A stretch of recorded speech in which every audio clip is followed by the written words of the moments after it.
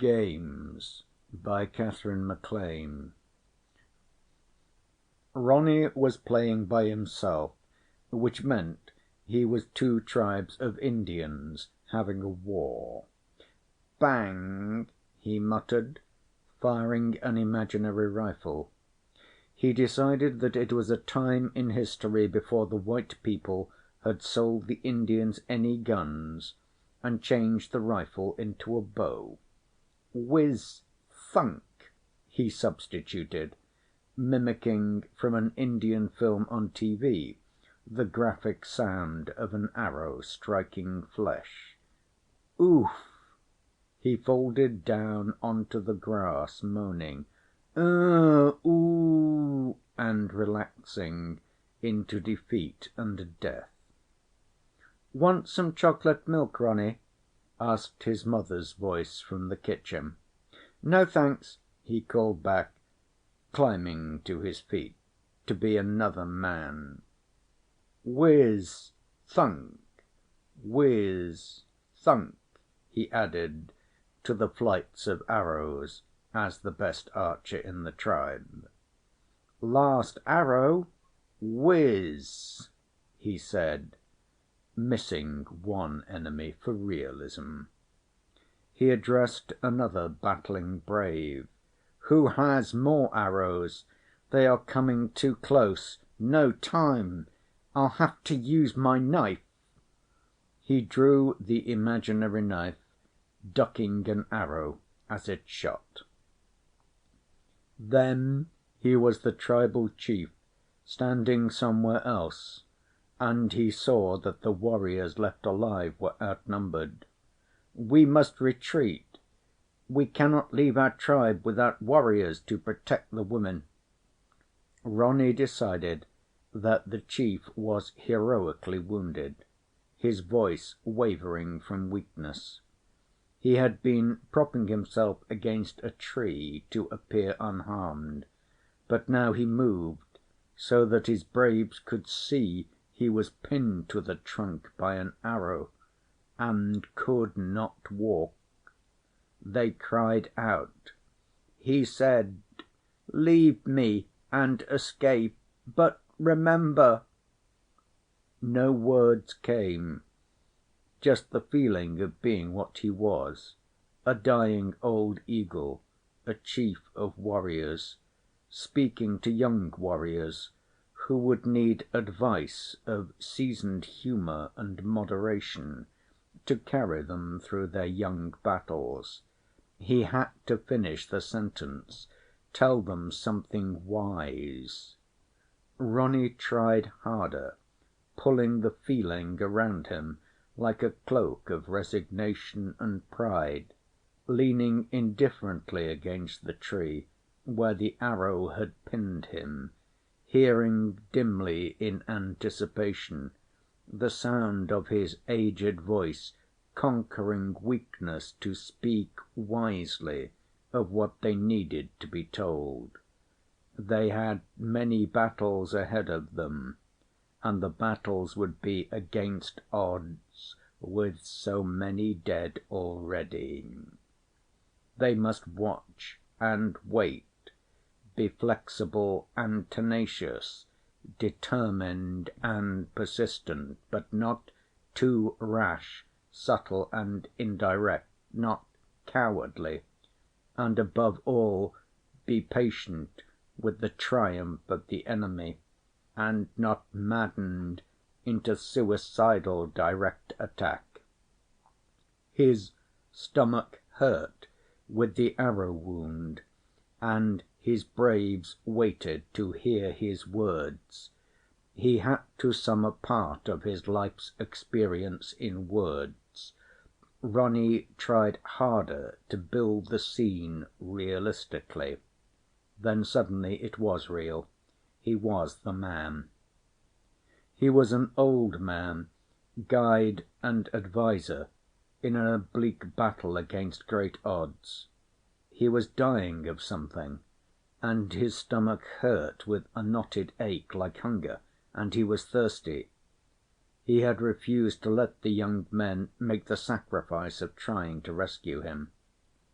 He was hostage in the jail and dying because he would not surrender to the enemy nor cease to fight them. He smiled and said, "Remember to live like other men, but remember to remember." And then he was saying things that could not be put into words, complex feelings that were ways of taking bad situations that made them easier to smile at, and the sentences that were not sentences, but single alphabet letters pushing each other with signs, with a feeling of being connected like two halves of a swing, one side moving up when the other moved down, or like swings, or like cogs and pendulums inside a clock, only without the cogs, just with the push. It wasn't adding or multiplication, and it used letters instead of numbers, but Ronnie knew it was some kind of arithmetic. And he wasn't Ronnie. He was an old man teaching young men, and the old man did not know about Ronnie. He thought sadly how little he would be able to convey to the young men, and he remembered more, trying to sum long memories and much living into a few direct thoughts. And Ronnie was the old man and himself, both at once. It was too intense. Part of Ronnie wanted to escape and be alone, and that part withdrew and wanted to play something. Ronnie sat in the grass and played with his toes like a much younger child.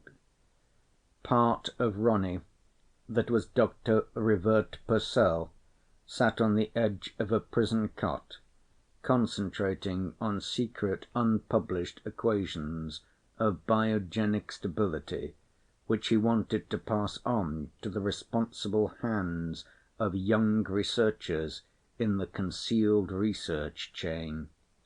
He was using the way of thinking which they had told him was the telepathic sending of ideas to anyone ready to receive.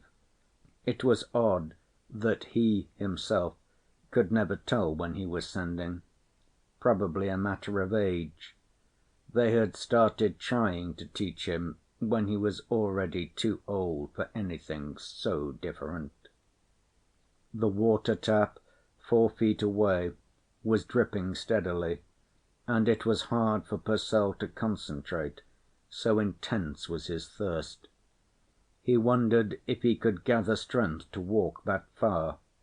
He was sitting up, and that was good, but the struggle to raise himself that far had left him dizzy and trembling. If he tried to stand, the effort would surely interrupt his transmitting of equations and all the data he had not sent yet. Would the man with the keys who looked in the door twice a day care whether Purcell died with dignity? He was the only audience, and his expression never changed when Purcell asked him to point out to the authorities that he was not being given anything to eat. It was funny to Purcell to find that he wanted the respect of any audience to his dying, even of a man without response who treated him as if he were already a corpse. Perhaps the man would respond if Purcell said, "I have changed my mind, I will tell." But if he said that, he would lose his own respect. At the biochemists' and biophysicists' convention, the reporter had asked him if any of his researches could be applied to warfare. He had answered with no feeling of danger, knowing that what he did was common practice among research men, sure that it was an unchallengeable right. "Some of them can, but those I keep to myself." The reporter remained deadpan. "For instance?" "Well, I have to choose something that won't reveal how it's done now, but, for example, a way of cheaply mass-producing specific antitoxins against any germ. It sounds harmless if you don't think about it, but actually it would make germ warfare the most deadly and inexpensive weapon yet developed, for it would make it possible to prevent the backspread of contagion into a country's own troops without much expense. There would be hell to pay if anyone ever let that out." Then he had added, trying to get the reporter to understand enough to change his cynical, unimpressed expression, "You understand, germs are cheap. They would be a new plague to spread every time some pipsqueak biologist mutated a new germ.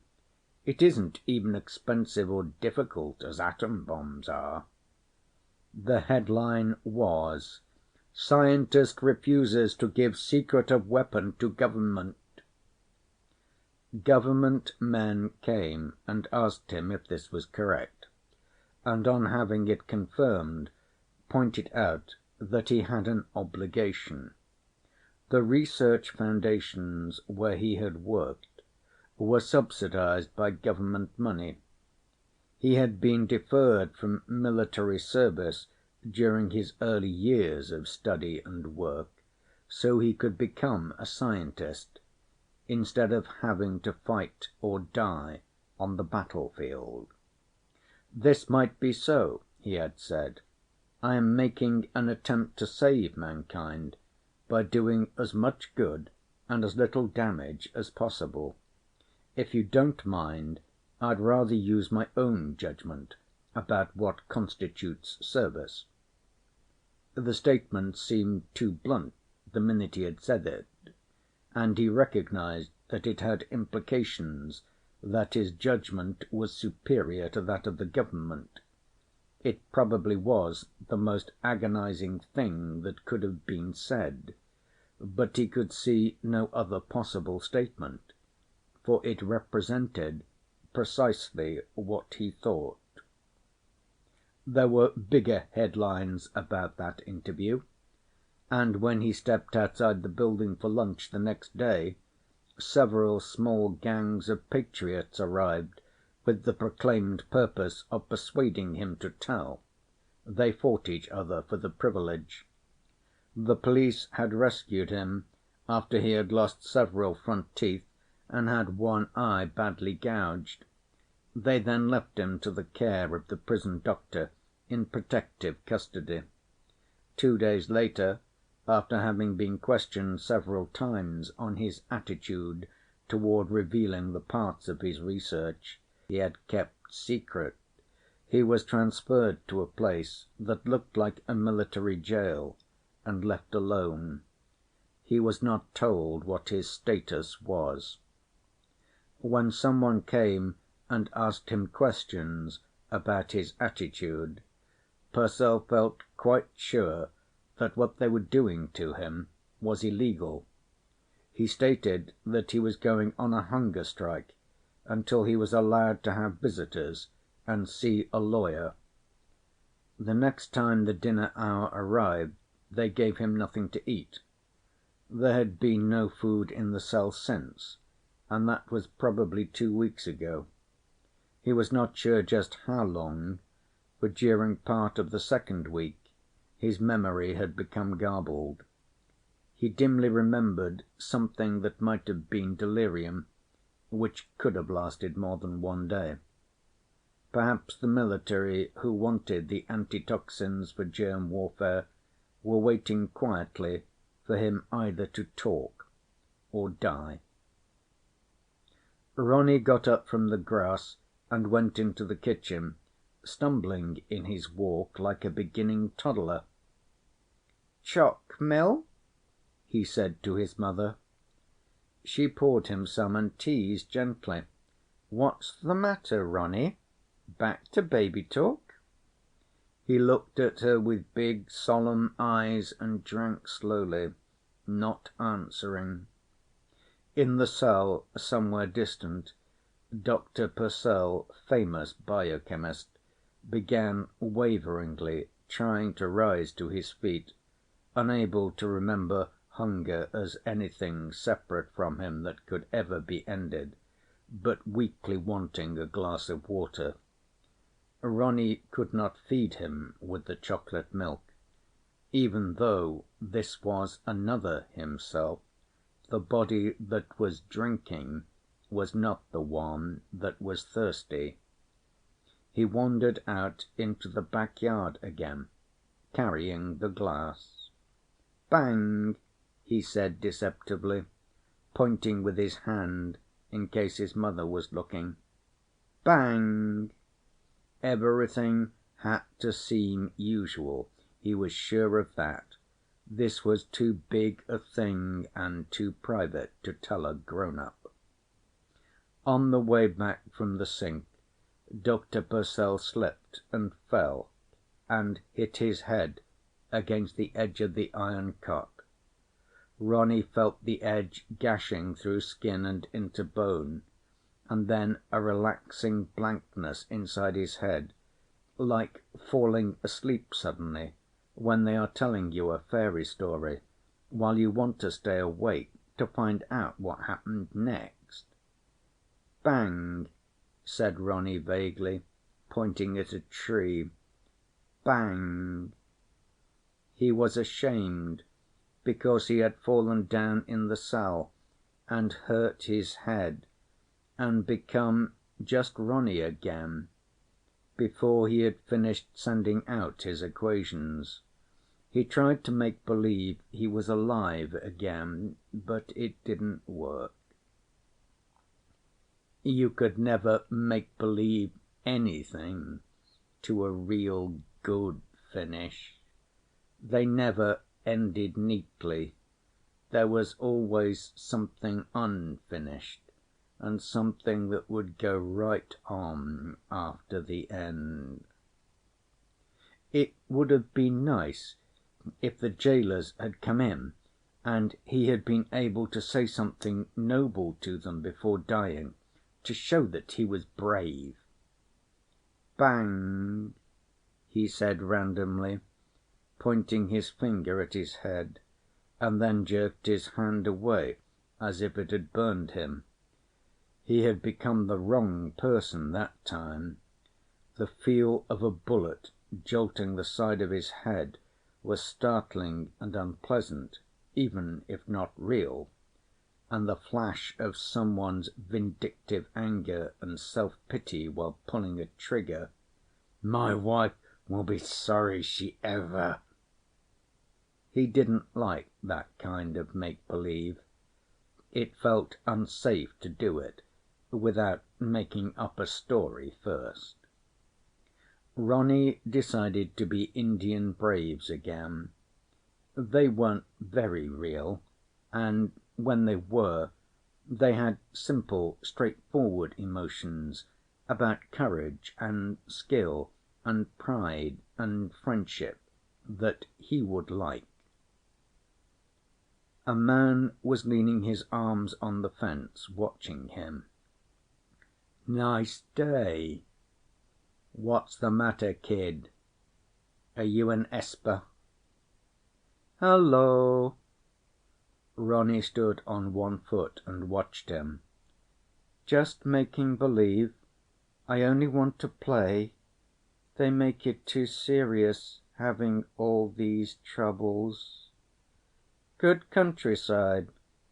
The man gestured at the backyards, all opened in together, with tangled bushes here and there to crouch behind when other kids were there to play hide-and-seek, and with trees to climb.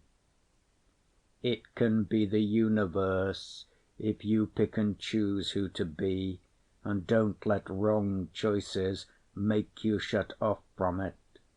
You can make yourself learn from this if you are strong enough. Who have you been?" Ronnie stood on the other foot and scratched the back of his leg with his toes. He didn't want to remember. He always forgot right away, but this grown-up was confident and young and strong-looking, and meant something when he talked, not like most grown-ups. "I was playing Indian.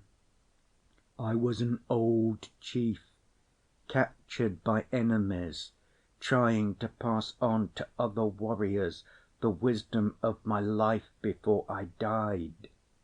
He made believe he was the chief a little, to show the young man what he was talking about. "Purcell!" The man drew in his breath between his teeth, and his face paled. He pulled back from reaching Ronnie with his feelings like holding his breath in. "Good game." "You can learn from him. Don't leave him shut off, I beg you. You can let him influence you without being pulled off your own course. He was a good man. You were honored, and I envy the man you will be if you contacted him on resonant similarities." The grown-up looked frightened. "But you are too young. You'll block him out and lose him. Kids have to grow and learn at their own speed." Then he looked less afraid, but uncertain, and his thoughts struggled against each other. Their own speed, but there should be someone alive with Purcell's pattern and memories. We loved him. Kids should grow at their own speed, but how strong are you, Ronnie? Can you move ahead of the normal growth pattern? Grown-ups always want you to do something. Ronnie stared back, clenching his hands and moving his feet uneasily. The thoughts were open to him. Do you want to be the old chief again, Ronnie? Be him often, so you can learn to know what he knew, and feel as he felt. It will be a stiff dose for a kid. It will be rich and exciting, full of memories and skills, but hard to chew. I'm doing this for Purcell, Ronnie, not for you. You have to make up your own mind." "That was a good game. Are you going to play it any more?" His mother would not like it. She would feel the difference in him, as much as if he had read one of the books she kept away from him, books that were supposed to be for adults only. The difference would hurt her. He was being bad, like eating between meals, but to know what grown-ups knew. He tightened his fists and looked down at the grass. "I'll play it some more?" The young man smiled, still pale, and holding half his feelings back behind a dam. "Then mesh with me a moment. Let me in." He was in with the thought, feeling Ronnie's confused consent, reassuring him by not thinking or looking around inside, while sending out a single call, "Purcell! Doc!" that found the combination key to Ronnie's guarded yesterdays and last nights and 10 minutes ago's. "Ronnie, I'll set that door. Purcell's memories open for you. You can't close it, but feel like this about it." And he planted in a strong set, questioning, cool, open, a feeling of absorbing without words. It will give information when you need it, like a dictionary. The grown-up straightened away from the fence, preparing to walk off. Behind a dam pressed grief and anger for the death of the man he called Purcell. And any time you want to be the old chief, at any age he lived, just make believe you are him. Grief and anger pressed more strongly against the dam, and the man turned and left rapidly, letting his thoughts flicker and scatter through private memories that Ronnie did not share, that no one shared, breaking thought contact with everyone, so that the man could be alone in his own mind to have his feelings in private. Ronnie picked up the empty glass that had held his chocolate milk from the back steps where he had left it, and went inside. As he stepped into the kitchen, he knew what another kitchen had looked like for a 5-year-old child who had been Purcell 90 years ago. There had been an iron sink and a brown and green spotted faucet, and the glass had been heavier and transparent, like real glass. Ronnie reached up and put the coloured plastic tumbler down. "That was a nice young man, dear. What did he say to you?" Ronnie looked up at his mamma, comparing her with the remembered mamma of 50 years ago. He loved the other one too. "He told me he's glad I play Indian." End of Games by Katherine MacLean.